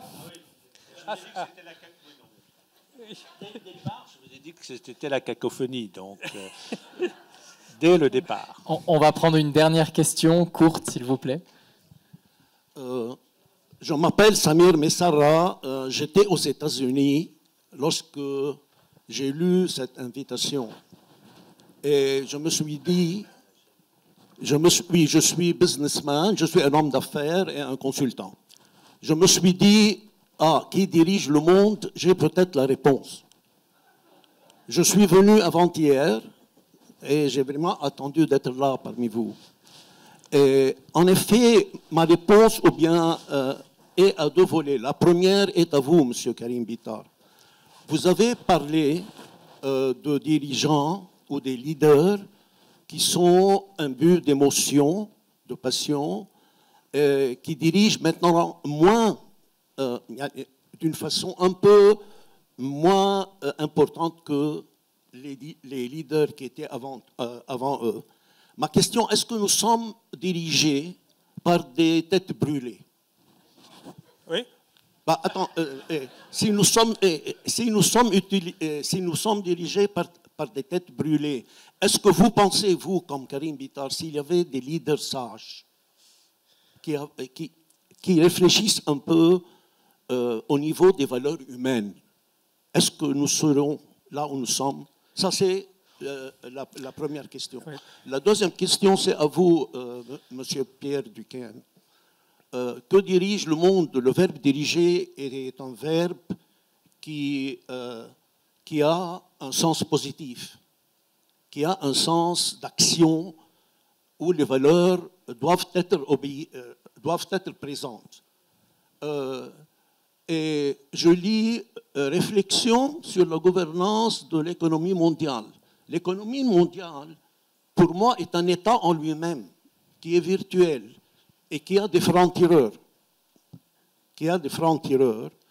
Et qui sont envoyés vers des pays, vers beaucoup de pays, pour déstabiliser les pays. Ouais. C'est un livre que j'ai lu et qui m'a vraiment touché, et qui s'appelle The Confessions of an Economic Hitman de John Perkins. Je me suis dit que nous sommes maintenant dans cette saison où le monde est en train d'envoyer des francs-tireurs, bien que, M. Karim, vous avez dit qu'il ne faut pas penser beaucoup au complotisme. J'aimerais avoir vos avis. Merci. Alors, sur les têtes brûlées, on peut aller au-delà. Il y avait eu un livre dans les années 80 qui était un best-seller, c'est « Malades qui nous gouvernent ». Mais à l'époque, les maladies dont on parlait, c'était le début d'Alzheimer qu'avait Ronald Reagan, c'était la prostate de Mitterrand, c'était des maladies physiques. Aujourd'hui, ça devient dans le cadre de la maladie mentale, tant et si bien qu'une grande maison d'édition, Actes Sud, a lancé une série dans la tête de Vladimir Poutine, dans la tête de Bachar el-Assad, dans la tête d'Erdogan, pour essayer de voir d'abord les traumatismes psychologiques, les pulsions, les instincts, mais aussi les idéologies. Ça, on aurait dû y passer plus de temps. Les idéologies demeurent présentes. Il ne faut pas penser qu'elles ont disparu avec l'effondrement des grandes utopies des années 70 et 80. Aujourd'hui, il y a de nouvelles idéologies. Il faut étudier pour comprendre le comportement de Poutine, non seulement le côté paranoïaque et celui de Trump. Trump, si vous allez sur Google, vous tapez Narcissistic Personality Disorder, on a un éminent psychiatre dans la salle, vous n'avez pas besoin de le consulter. En principe, les psychiatres n'ont pas le droit de dire à la télé, sans avoir consulté quelqu'un, je porte un diagnostic sur cette personne. Mais il y a, face aux outrances de Donald Trump, il y a 700 des plus éminents psychiatres des États-Unis qui ont décidé on va sortir de notre devoir de réserve et on va dire on en sait assez, on a suffisamment vu pour dire cet homme est dangereux, il ne doit pas être aux manettes de la bombe nucléaire. Donc si vous cochez toutes les cases de ce syndrome de narcissisme, Narcissistic Personality Disorder, côté Poutine, je ne vais pas m'aventurer trop, mais il y a aussi une paranoïa assez forte. Mais en même temps, il y a des idéologies. Ce nationalisme eurasiatique, ces idéologues qui ont inspiré Poutine, qui sont dans la mouvance qu'on appelle en France la mouvance rouge-brune, c'est-à-dire qu'ils ont pris un peu de communisme, ils l'ont matiné d'un peu d'ultranationalisme, et il y a une nouvelle hégémonie à l'échelle internationale, une sorte d'international autoritaire qui est venu se substituer à l'international communiste, parce que tous ces dirigeants, très différents les uns des autres, se retrouvent sur certains sujets. Donc vous avez un axe qui est en train de se créer, qui va de Trump à Poutine, à Bachar el-Assad et à beaucoup d'autres, qui est confronté de l'autre côté par des démocraties un peu désorientées, où vous avez des leaders parfois médiocres qui changent tous les 2-3 ans. En Grande-Bretagne, on a eu une succession de premiers ministres sans la moindre vision. Donc oui, on peut parler de tête brûlée, on peut parler de personnages, mais le problème, c'est que même lorsque vous êtes dans une société démocratique, ces gens-là sont parfois portés au pouvoir. C'est-à-dire qu'au-delà, M. Trump va probablement être condamné dans les prochains jours pour l'affaire de la star du porno, mais ça ne change absolument pas le soutien inconditionnel dont il bénéficie de la part de son électorat. On a l'impression que le Parti républicain s'est transformé en secte de soutien à Donald Trump. Et quand vous avez de l'autre côté un personnage âgé, vieillissant, qui est incapable de la moindre compassion envers les victimes de la guerre de Gaza, on se dit, si la grande démocratie américaine, on a tendance en France à snober les États-Unis, mais les pères fondateurs des États-Unis étaient de brillants penseurs. Thomas Jefferson était un architecte, un philosophe, un penseur, un théoricien. Il a créé l'université de Virginie. C'était des gens absolument brillants. Quand on se retrouve 230 ans après avec Trump contre Biden, il y a de quoi s'inquiéter et à se demander pourquoi les démocraties sont incapables de se renouveler et si on n'est pas nous-mêmes en train d'apporter sur un plateau d'argent nos pays aux régimes autoritaires russes et chinois et autres. On va dire un mot pour laisser la parole à Leila Chaïd sur les entreprises. Oui, bien entendu, elles jouent un rôle considérable dans l'économie mondiale, mais je pense qu'elles sont quand même légèrement plus contraintes qu'elles n'étaient il y a 20 ou 30 ans. C'est difficile d'être une entreprise productrice d'énergie fossile aujourd'hui, où que ce soit dans un pays occidental. Enfin, vous avez à faire face à la société civile, etc. Donc elles prennent des mesures. Elles font peut-être du greenwashing, mais enfin, globalement, elles ont un discours et des mesures en matière de développement durable. Elles n'auraient jamais tenu ces propos il y a 15 ou 20 ans. Je vous ai parlé de la fiscalité internationale. La RSE mondiale, à la suite de la catastrophe du Rana Plaza au Bangladesh, où un bâtiment, hôtel qui employait des enfants dans des ateliers mal construits, etc., il y a un contrôle de ce que font les entreprises qui n'a rien à voir avec avant. Donc, une fois encore, on va me juger exagérément optimiste. Bon, je balance le tout, au sens anglais du terme, j'équilibre le tout, pardon. Donc, elle ne dirige pas tout, et à l'inverse, je me rappelle que quand j'étais jeune, c'est une entreprise internationale, en l'occurrence ITT, qui a disparu depuis, qui avait été accusée d'avoir largement servi de support au coup d'État au Chili du 11 septembre 1973. Donc, voilà, chacun joue son jeu, son rôle, utilise ses atouts pour lui-même, mais il est obligé de faire un peu avec l'environnement. Et là, je laisse la parole à Leila Chaïd. Merci. Ma question est très courte. Et Karim a commencé par y répondre, mais nous sommes à la veille d'élections aux États-Unis. Quel va être l'impact de quelqu'un comme Trump, s'il est élu, sur le système mondial, qu'il soit politique, économique ou culturel, surtout que son meilleur allié est Netanyahou. Et ça, c'est 2 têtes brûlées, ce n'est pas une tête brûlée. Est-ce que vous pensez réellement que, puisqu'on a l'impression, comme Karim disait, que personne ne défie Trump, je pense que personne ne défie aussi Netanyahou. Quel sera l'impact sur la direction du monde? Est-ce que vous les voyez, ces deux-là, jouer un rôle qui va chambouler beaucoup de choses sur le plan politique, mais aussi économique? Moi, je suis tout à fait d'accord sur le fait que c'est extrêmement inquiétant. Encore une fois, au Moyen-Orient, il y a des gens qui nous disent c'est pas grave qui est le président, ça va rien changer, etc.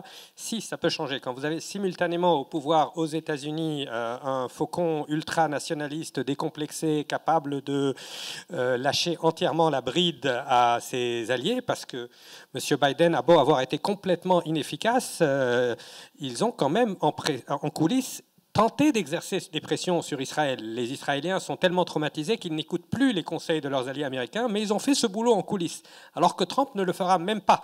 S'ils viennent à l'idée d'attaquer le Liban, d'attaquer l'Iran, ils auront un feu vert absolu. Il faut se souvenir de 82, l'invasion israélienne du Liban, c'était Reagan d'un côté et Menachem Begin de l'autre. Donc qui est au pouvoir aux États-Unis est important. En matière économique, Trump a des instincts.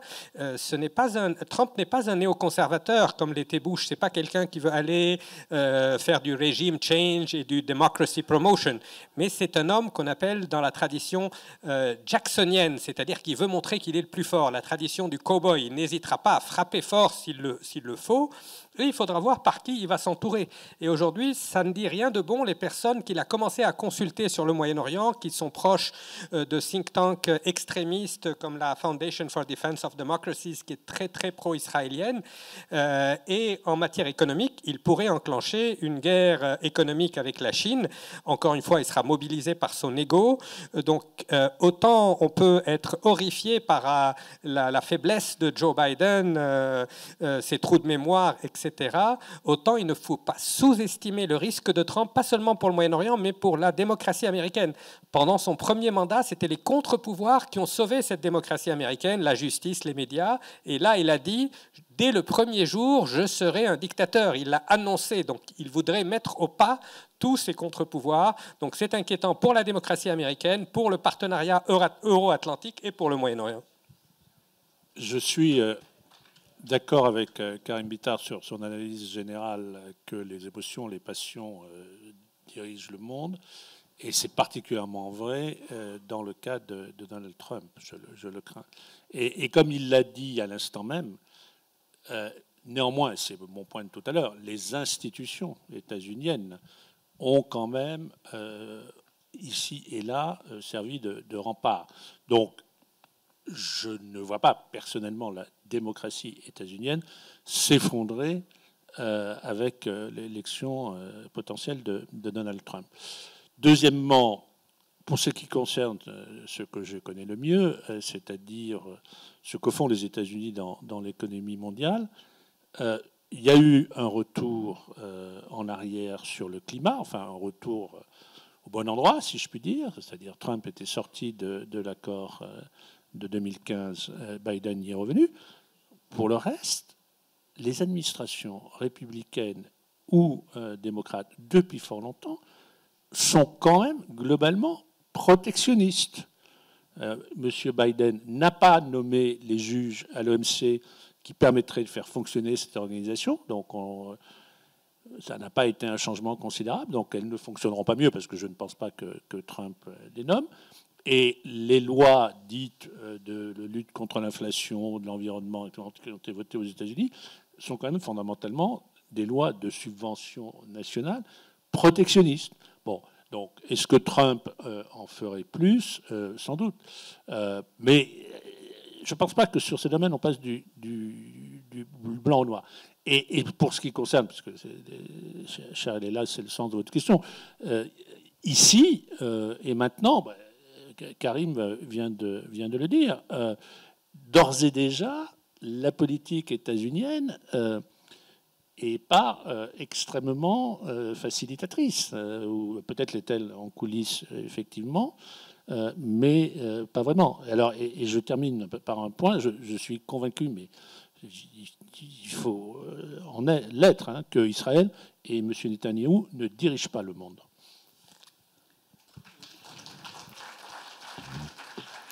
Merci aux meilleurs des meilleurs d'être restés jusqu'au bout. Merci Karim, merci Pierre. Je vous invite à les applaudir autant qu'ils le méritent.